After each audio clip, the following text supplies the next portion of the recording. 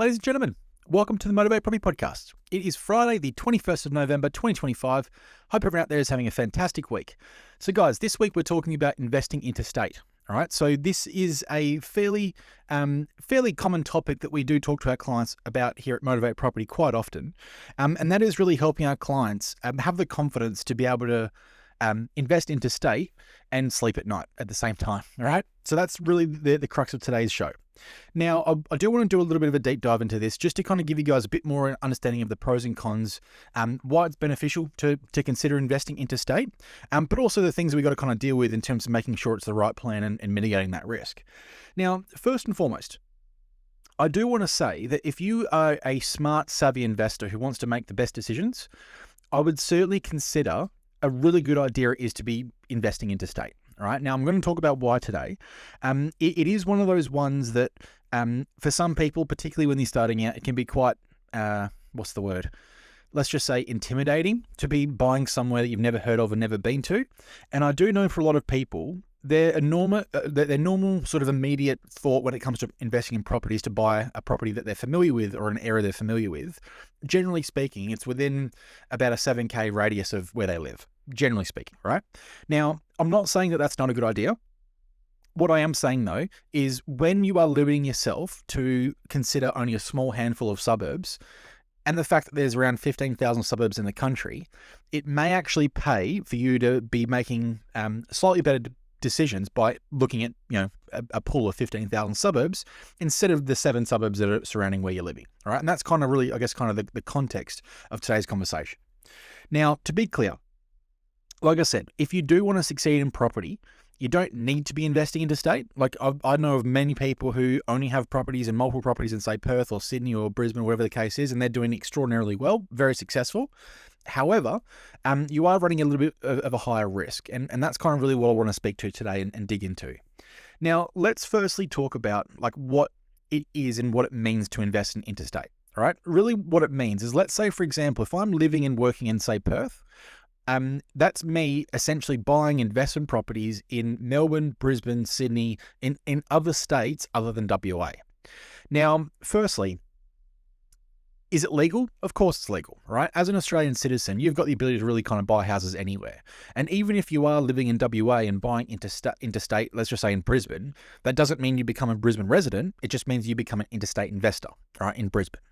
Now, what you essentially do is you find the property, you purchase the property, you put tenants into it like any normal investor would, and you have someone in that particular state managing the property itself, right? So conducting the rental inspections and looking for tenants and all that sort of stuff.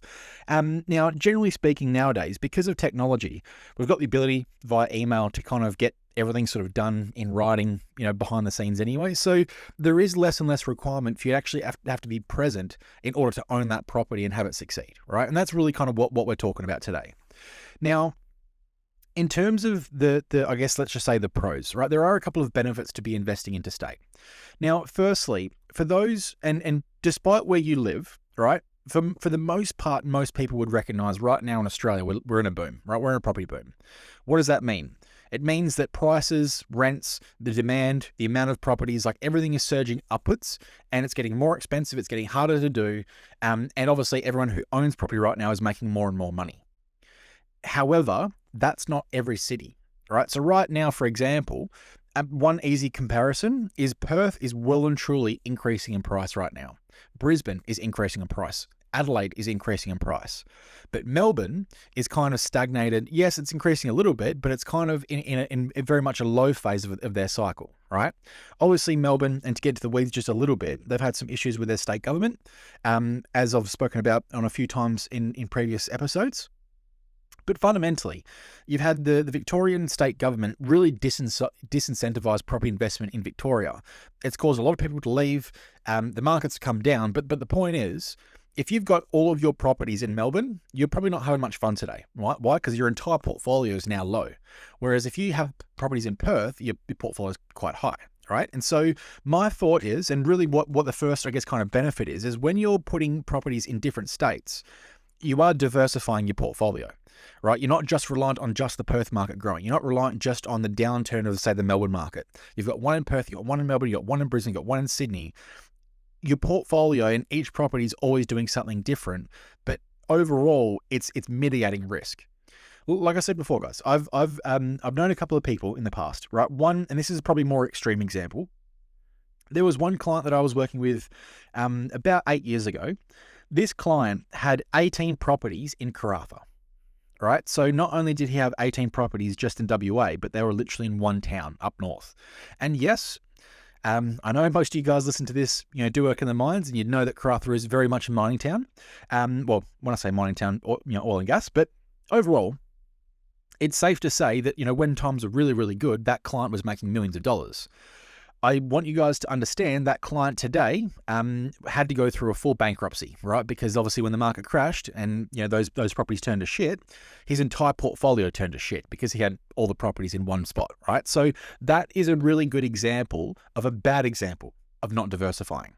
Now, at the same time, if that client, and this is the conversation I had with him, if that client had owned 3 properties in Perth, 3 in Brisbane, 3 in Sydney, 3 in Melbourne, 3 in Adelaide, 3 in Hobart, you get the point. The point is he certainly wouldn't have had to gone through a bankruptcy, but his overall portfolio would still be compounding today on the basis that all of those cities are running at different times, and his entire portfolio hasn't just crashed in one hit like it did when he owned 18 just in Karratha. All right. So like I said, guys, that's an example of diversification. Different cities grow at different times. So if you've got your eggs spread, and obviously, eggs in the same basket is really what I'm speaking to here. If you've got your eggs spread across the board, cities grow in different times.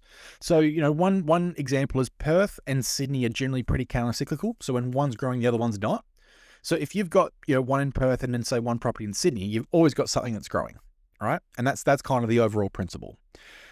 The other thing to mention when it comes to diversification and really the benefit. So let's say, for example, right now Perth is booming. If you went owned and bought 10 properties in Perth right now, right? Obviously it means that all 10 properties are doing really, really well. However, you do not want to hold on to all 10 of those in the one spot if the market turns, right? So the idea is if you want to go buy low, buy 10 properties and then sell them all high, fantastic. Good luck. You're probably not going to do it. Let's be honest. And the reason why I say that is even as someone who lives and breathes property, I can't even tell you when the bottom and top are. No one can. And if they tell you that this is definitely the top or this is definitely the bottom, they're lying to your face because no one's got any freaking clue. No one can predict the future, and that's just the fundamental reality of the situation. Now, having said that, if you do diversify, the benefit of diversification, instead of getting like a really good boom and then plateauing or coming down over long periods, you're actually building in consistency to your portfolio.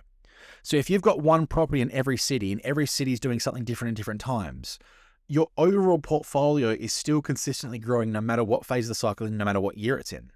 Whereas if you've got all 10 properties just in Perth, if the Perth market is booming, you're loving life. If the Perth market is crashing or going down in value, you got to understand that your entire portfolio is kind of screwed, right? And you've got all your eggs in one basket. If your entire portfolio is going downwards because the market's turning, you got to understand all of your equity will soon vanish.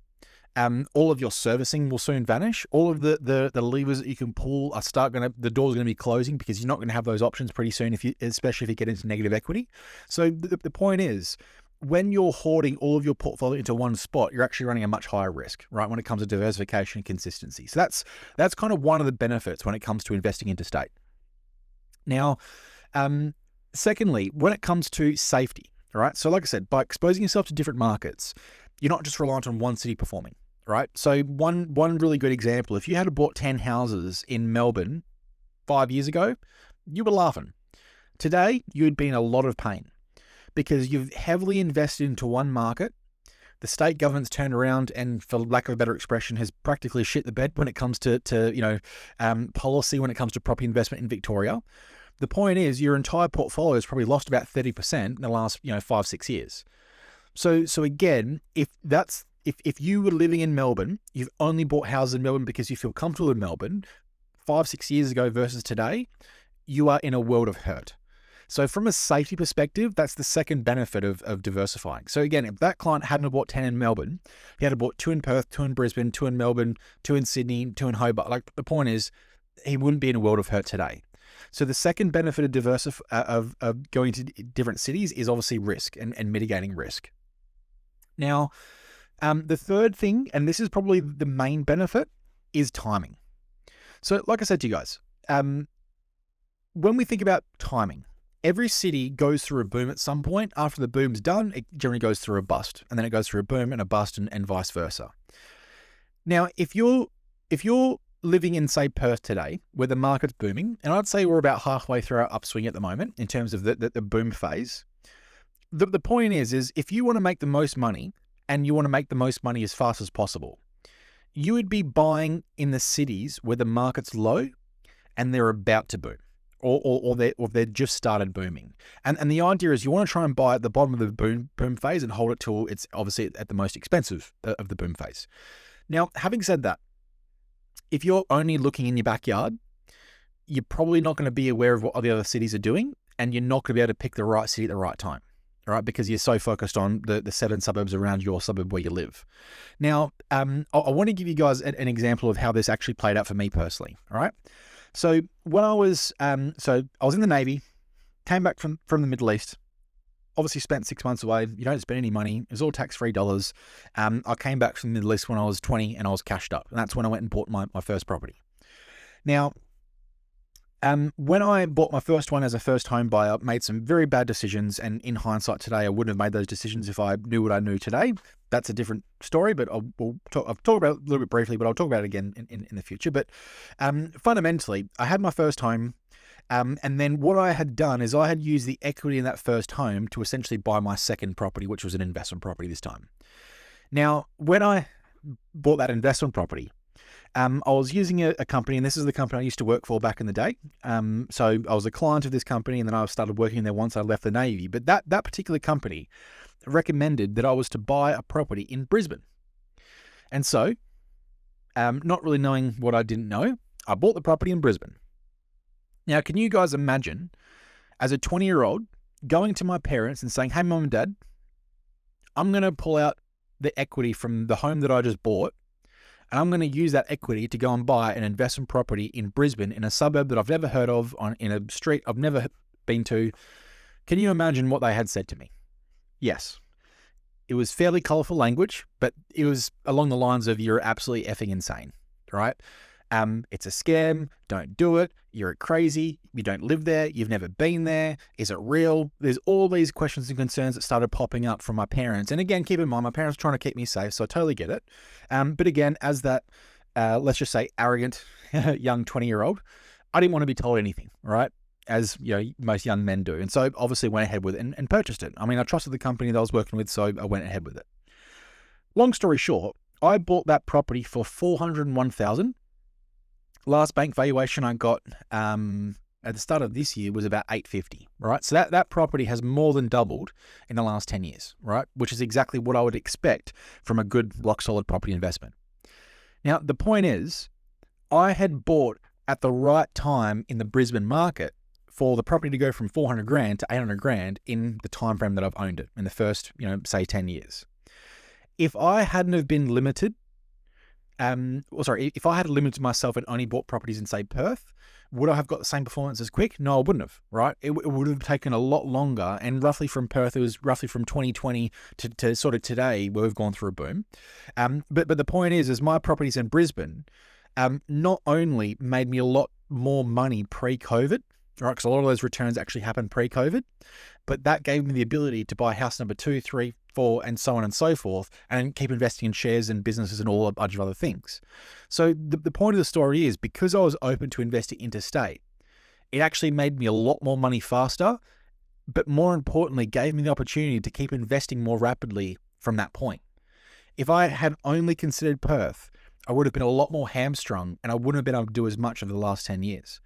So again, this is really fundamentally the power of picking the right city at the right time to basically catch the boom, where you can make a lot more money, a lot more equity, reinvest faster, and continue diversifying into the cities at the right time. And that fundamentally, like I said, guys, is probably one of the most important things when it comes to the reasons as to why you want to invest interstate. Now, having said that, there are also some catches, right, and some cons to investing interstate. Now, one of the I guess kind of main reasons that most people aren't willing or let's just say skeptical or concerned when it comes to investing interstate is the fact that you can't see the property, right? So this is one of those ones that really does seem like a problem at the beginning, but in reality, it is not a concern at all, right? Now, I'll give you guys some examples of some things that I've heard over the years. So people say something along the lines of, if I can't be there, I'm taking on a higher risk because I can't go there and fix anything. Or they might say, I want the ability to drive past the investment so I know that the tenants are paying the rent. Or they might say things like, I need it to be somewhere where I can live just in case one day that I need to move into it, right? I want you guys to understand all of these concerns. I am being a little bit blunt here. They're kind of nonsense, right? And they're not actually, they're not real concerns grounded in reality. And this is sort of what I want to, I guess, do a bit of a deep dive into, right? So when people say, hey, it's riskier because I can't see the property, I want you guys to know something. And I have mentioned this before. My entire portfolio, all right, I've got properties spread across the country, a fairly healthy portfolio. I've only ever seen a couple of my investments in person. I own multiple properties today that I have never seen, never even walked into, never even been on the street. Now, the point is, these are boxes that make you money. That's what a property investment is, all right? It's not your home. Every time I buy shares in Apple, Amazon, when I bought MinRes shares recently, the point is like, I'm not going to the MinRes board meetings and talking to the directors about what they're doing and how they're going to make me, like, I couldn't give a stuff. I'm buying it for the dollars and cents, right? That is the purpose. I'm buying it for the returns. Now, the idea that you're taking on more risk just because you can't see it, again, do you buy shares in ETFs? Do you buy shares, like, do you put money into the stock market and not go to that company's board meetings? You probably do. Most people do. It's the exact same logic, right? So the fact that you feel like it is risky just because you can't see it, unfortunately, it's a bit of an illusion, right? And that's probably, sort of point number one. Now, some people have said to me, hey, Corey, I want to be able to drive past it just to make sure that, my tenants are paying the rent, right? I want to give you guys another example. I had a client come to me a couple of years ago. This is probably 6-7 years ago. And he said, hey, Corey, I've got 4 properties in Ellenbrook. I want you to help me find another property in Ellenbrook so I can drive past it and make sure the tenant's doing the right thing, right? And I said to him, whoa, that's a pretty big ask. You're really not diversifying, and there's a couple of red flags with what I've already heard here. And let's just dive into this to see what's going on. And I said, tell me about your current properties and your current portfolio. What's been going on? How you feel about it? Like, what's your kind of attitude and preferences around it and risk profile, just so I can sort of know how to guide you. And he sort of unloaded. He's like, well, to be honest, it's a pain in the ass. I freaking hate this shit. Like, I didn't really want to buy another property, but I sort of need more money and want to build the wealth. But, every single time I drive past my current properties in Ellenbrook, it drives me freaking up the wall because I drive past and I can see the tenant hasn't been mowing the lawn. He hasn't done this, and it freaking just pisses me off.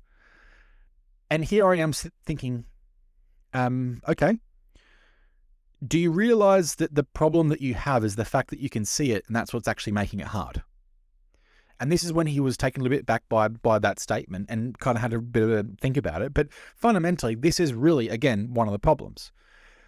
You do not need to drive past the house to make sure that the tenant's paying the rent or doing the right thing. That is the role of a property manager. Now, if your property manager is not doing that, fire them and come and talk to us, all right? Because that's exactly what they should be doing. Now, the point of the story is, if you're hiring a property manager, but then feel like you also need to micromanage the tenant, you really should not be doing that. Like I can't stress this enough. If you feel as if you need to micromanage your properties and you need to micromanage your tenants, you are not investing correctly. All right? You are just flat out not investing correctly. Property investment in general, needs to happen behind the scenes while you sleep. Now, if you're the kind of person who's got multiple properties and you self-manage, different story. And again, I've got a whole bunch of problems with that and think that you're absolutely insane if you guys were to do that. And there's other reasons why, and we can do a whole other podcast just for that conversation. But the point of the story is, what this person was doing is he was continuously micromanaging his portfolio. If you guys want to go insane, do that, right? If you want to continue micromanaging your own stuff, like that is the absolute best way to drive yourself insane, right? You need to let professionals do it. You need to not think about it, not drive past it, not sleep. Like you need to have your properties out of sight, out of mind. Now, here is a test. Every year when we do an annual review with our clients, the question we ask is, how's your portfolio going? The answer should be, I don't know. That means that you're a proper investor. That means you're doing this correctly. If you're sitting there looking every single month at your statement and trying to count all the money and, oh, but there's this and that, and like, guys, property investment is about buying today for $1 million and multiple years it's worth 2, 3, 4, 5 million, right? And we do that over and over and over and over again. Someone else needs to manage this. Someone else needs to worry about it. And that's what a property manager is, right? Get yourself a good property manager. Get them to manage it. Think about it. Stress. They do all the work so you can go to sleep at night knowing that money's coming into your pocket while you sleep. That is how you should be investing in property. That's how successful people do it. They're not sitting there thinking about what their tenants are doing or the fact that the tenants haven't mowed the edging of the lawn in 2 weeks because you're driving past it every day. That is the best way of sending yourself insane and making sure that this strategy doesn't actually work for you. Now, think of the energy exchange here, guys, right? Let's say you've got a property that makes you 20 grand a year every year. So you buy 5 of them. They're making you 100 grand a year. You're doing well. You're making lots of money and you start retiring. If you are stressing constantly, like every day about those properties, like you may as well just sell all your properties and go and get a job that makes 100 grand a year and not stress about it. It's literally one and the same. The key to investing, right? And I can't stress this enough. The key to investing is having the money come in while you sleep with no energy exchange. If there is an energy exchange, even though you're not doing the work, but you're sitting there constantly stressing about your portfolio because what your tenants are doing or not doing, guys, you may as well just have a job. That's basically a job. You're still thinking about it. You're still expending energy of your energy on that system in order for the money to come through. Guys, that is not investing. It has to be out of sight, out of mind. Otherwise, you're not investing properly. All right. I can't make that point and stress that point strong enough. Now, again, one of the other, I guess kind of comments that we sometimes hear is, Corey, but what happens if something goes wrong and I need to go and move into the property? Right? I really want the ability to be able to go and move into it if I need to, if shit hits the fan. Again, guys, never going to happen, right? I've heard this, time and time again over the years. The first question that I would pose you, and this question that I'm about to pose, you're going to then see how silly this actual mindset is. What event would occur in your life that would cause you to kick someone out of their house and you move into it? What event could possibly go wrong in your life that you think that you need to boot some family out of a property so that you can go and live in that property? I know that sounds silly when you voice it, but that's actually what you're saying here. Now, guys, again, mindset. All of my investment properties are not my houses. They're my tenants' houses. I just own them and collect the money.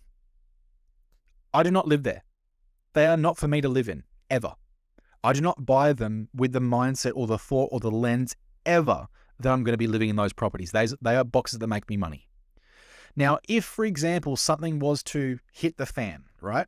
Let's just say relationship breakdowns, you lose jobs, you lose money, you name it, anything, those things can happen. I have about 4 or 5 options in my mind right now that I would go and do before I would even consider selling any of my investment properties, let alone booting out my tenants and then me moving into those properties and then losing the rental income that I'm making on those properties because I'm now living there. Like it's guys, it's actual insanity, right? That is not a good idea. It is never a good idea. And if you make the mistake of choosing a property because that's your concern, unfortunately, you're really not thinking about this the right way, right? And that's, I guess, my encouragement or coaching when it comes to make sure that when you're buying, what you're buying, you have the right intentions and the right lenses. You're looking at the right way. You're using the right criteria for what your outcome is going to be. Never, ever invest on the basis that you're going to use it for a personal use. right? Now, some people say, oh, Corey, but I really want to buy an investment property down in, let's just say near Margaret River. And, one day if something goes wrong, we can go and live it. No, dude, you're buying a fucking holiday home. That's what you're doing. You're convincing yourself, and you're trying to convince me right now that you want to buy an investment property and turn it into a holiday home so you can get some. That's a different conversation. But the point is, guys, just notice how you're making an investment decision, but you're trying to justify it to yourself logically, but it's a purely an emotional conversation, right? It's purely an emotional arrangement. When you're investing, we do not invest with emotion. We invest with logic. If you're investing with emotion, you are going to make some serious, serious mistakes. And unfortunately, when you make a mistake in property, it's not a $5 mistake. It's generally a $20,000 mistake, right? So again, when you're investing, never buy an investment property on the basis that if something goes wrong, you're just going to go and magically just live there and kick those tenants out because you need to. That scenario, I have never seen happen in reality. I've seen almost everything go wrong, and that was never even in the first 5 to 10 options when it comes to ways to deal with those problems, guys. That is one of those huge misconceptions that I see all the time, and unfortunately, the people who make the decision from that, they literally lose tens of thousands over the years because they're buying with the wrong lens, right? So that's again one of the problems that I see quite often for novice investors. Now, when it comes to investing, right? What we're essentially doing is we're putting our money at risk into some kind of market on the hope that market's going to outperform the average, right? That's fundamentally successful investing.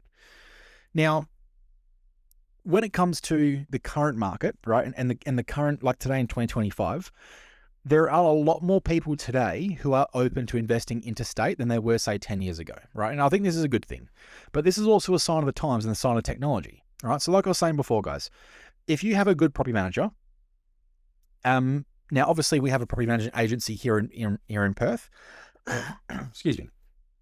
But if you're someone who is using a good property manager, even if you own a property in your suburb or nearby or on a couple of streets away, that property manager should be doing all the work for you, and all you should be getting at the end of the month is a statement saying, hey, here's all the money that we've collected for you, and every 3 months seeing the statement and all the photos of the inspection.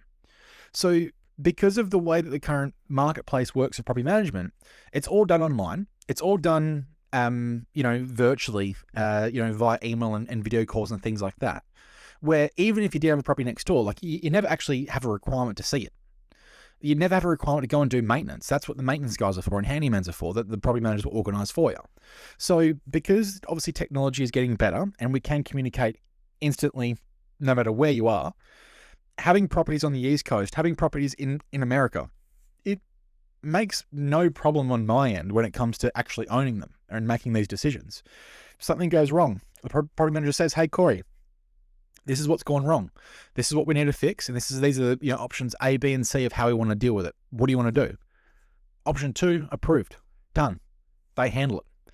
So it literally does not cause me any issues in the fact that properties on the East Coast versus, say, here in Perth, right? And it makes no problem whatsoever. And obviously, this is thanks to all the technology.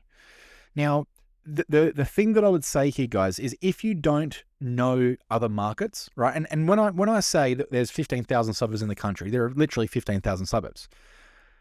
If you are only considering, 5 to 10 of them of areas that like you got to see how kind of, let's just say how naive that actually is, right?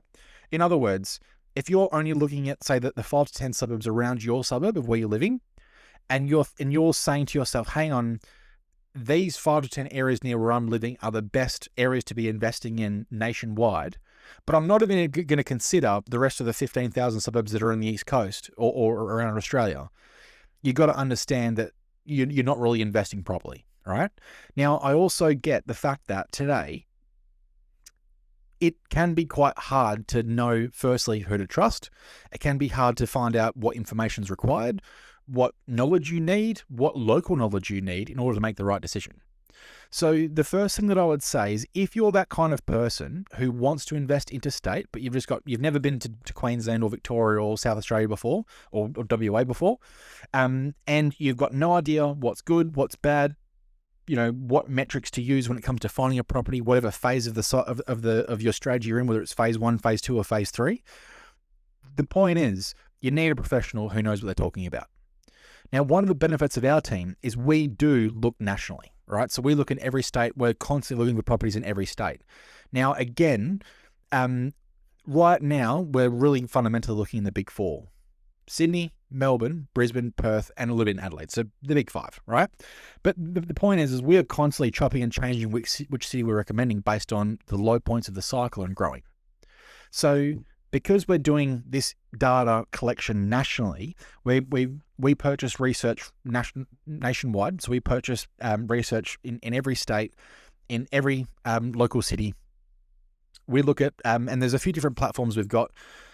So one of them, and one of the really good ones that we've got is called Microburbs, right? So Microburbs, it's about $100 a month is our membership, but what it gives you is the live demographics of what those cities are actually doing or what those suburbs are doing. So I can look and go into Microburbs. I can type in any suburb around the country, and it gives me the full demographic chart. Right, it gives me the employment, the household incomes, the type of demographics, the religions. It goes through to the smallest detail possible to make sure that we've got all the information to make sure this is the right city. Now, when it comes to our internal research process, it's like a big funnel. All right, it starts going quite macro level, works it down to the micro, down to literally a street. Right, so go from the country down to a street. Now, that criteria that we use, depending on the client's phase, is going to be different for every client depending on the phase. But the overall point that I'm trying to make here is because of the current technology, because of obviously the fact that we've all got the internet and we've got different research suppliers and different platforms out there that we're using, like we can make decisions today about where we want to be investing on the other side of the country, like immediately because of the information. Now, again, I know most of you guys listening to this may not have the information. That's what we do. That's part of what we do here as a company for our clients. But the point is, there's more than enough information out there. There's more than enough data. There's more than enough experts out there like us who are also qualified nationally to make sure we can actually give this advice nationally and not just locked into the one state or the one region that some other companies are stuck with. Now, I guess another concern that some people have is around the fact that, there's no local knowledge, right? So if you're going to be sitting on, let's just say, an ivory tower in Sydney, and, you collect all this information and you're going to be, buying and recommending somewhere on the other side of the country, and you haven't spoken to the locals, therefore you don't actually know what's going on, that's a fair point. And that's why I have the unfortunate duty of constantly traveling around the country, right, and going to different states. I mean, even the last 12 months, I've been to Brisbane, Melbourne, and Sydney a bunch of times, half of which is on the basis of going and talking to the locals in some of the new areas that we're talking about, right? Because, again, one of the things that I do find that it's very important is not only looking at from a high level, from a macro level of what each city and what state's doing and what areas are going really well, what areas are struggling with demand, what areas have oversupply, what areas have an undersupply. But one thing that I like to do is actually go to the suburbs, go to the local Coles or IGA, talk to the people who work there, see what the feeling is, see how many homeless there are. Like I want to go on a grassroots level and actually go and talk to some people. Now, once again, if you were doing this by yourself, this would be some of the work you've got to go and do. We're obviously doing this at scale on behalf of all of our clients. Right. So what that means is when I go to, say, Melbourne, Sydney, or wherever the case is, I was in Melbourne at the start of the year, spent a couple of days going to multiple different areas and scoping it all out. But we'll go and talk to the locals. I'll go and speak to teachers and nurses and people who are just, walking on the street to try and get a really good idea of, who's here, what's going on. Tell me about the area. Tell me about the demand. Tell me about what people think about property. Tell me about people's confidence. How's sentiment around here? What are some really good things? What are some really bad things? I want to know everything so we can pass that on to our client in WA or Sydney or wherever the case is. And we can make better decisions and far more informed decisions on where to go. Right? So again, like I said, guys, because of the current state of today's technology, it's really not that much of a problem, right? You've just got to know what questions to ask, who to ask it to, and what platforms to use to get this data. But this is what we do. Now, I guess just in summary, guys, this show today is not about changing your mind, right? It's not about changing your mind or trying to convince you that you should be investing interstate. All I'm trying to do here is suggest to be open to doing so. All right. And there are a lot of really good benefits. The key here, though, is if you don't know what you're doing, please seek professional help and someone you can trust, right? That is absolutely critical, because the last thing that you want to be doing is either going and buying properties on a whim because you've seen someone online talk about that particular suburb that has nothing to do with you or your strategy, or you use someone who you don't trust, and then all you end up doing is just staying up, can't sleep all night because you're stressed out about the person you're working with, right? So find someone you can trust who knows what they're talking about, and make sure it's the right thing for you to do. For new investors, I also want to voice that I also really do understand that this may not be appropriate for you, right? Generally speaking, when it comes to having the confidence of investing interstate, I know for a lot of people, they only want to consider that from property number 2 onwards, because they want to see the one in Perth or wherever state they're in. They want to drive past it. They want to touch it. They want to make sure it's real and there's tenants and it works. And then once that first one works, a lot of people then have the, let's just say that the confidence to be able to invest interstate. So for new investors, I get it. I hear you. I want to support you. I want to make this as comfortable and easy and stress-free as possible. But like I said, guys, I would encourage that in the future, just be open to it, right? If you're open to it, we're going to make you a lot more money, a lot faster, and a lot more safely if we do have the ability to invest interstate and really mix it up. To finish off, guys, I hope this helps you make better decisions. Have a great week. Love you all, and we'll see you next week.